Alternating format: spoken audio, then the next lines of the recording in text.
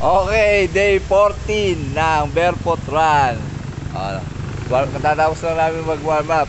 Sana hindi bumagsak nagbabadyang ulan. Ayun, no. Medyo masama ang panahon. Okay, 1 kilometers. Ang pace namin is 6:54 minutes. Okay. Bagong hairdo. Okay, 2 kilometers. Pace namin is 6 and 34 seconds. Huwag muna sana bumuhos ng ulan na to. Ay, napakadilim, oh. May kidlat-kidlat pa.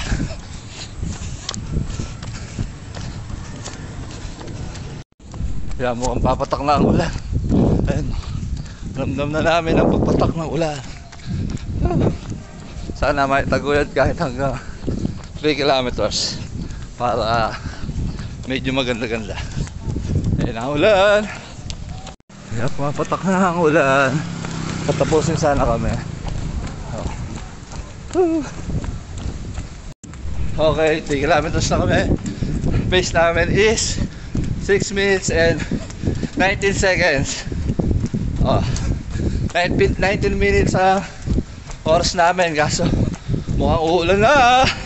Pero nananakot lang yan. Okay, 4 kilometers. Pace namin is 6 minutes and 19 seconds. Okay, umuulan na pero tapos na namin to. Last 1 kilometers na lang kami. Okay.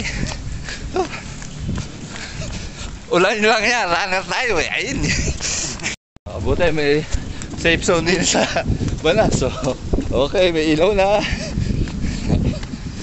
Tongski on the house.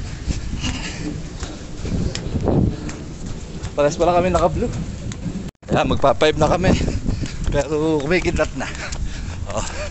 5 kilometers, Barefoot Run. Day 14. Narinig nyo ba yung kulog? Ay, nakatapos pa kami. Kahit nagbabadya ang ulan.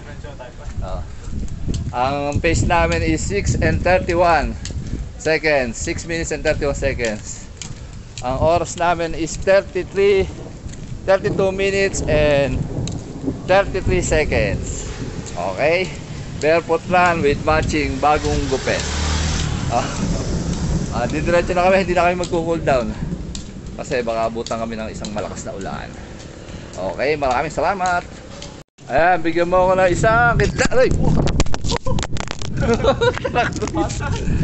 Hindi, nasa punong pa ako pare. Buti, nasa punong pa ako. Na, kidlat ang hinihingi ko, laglag ang nangyari.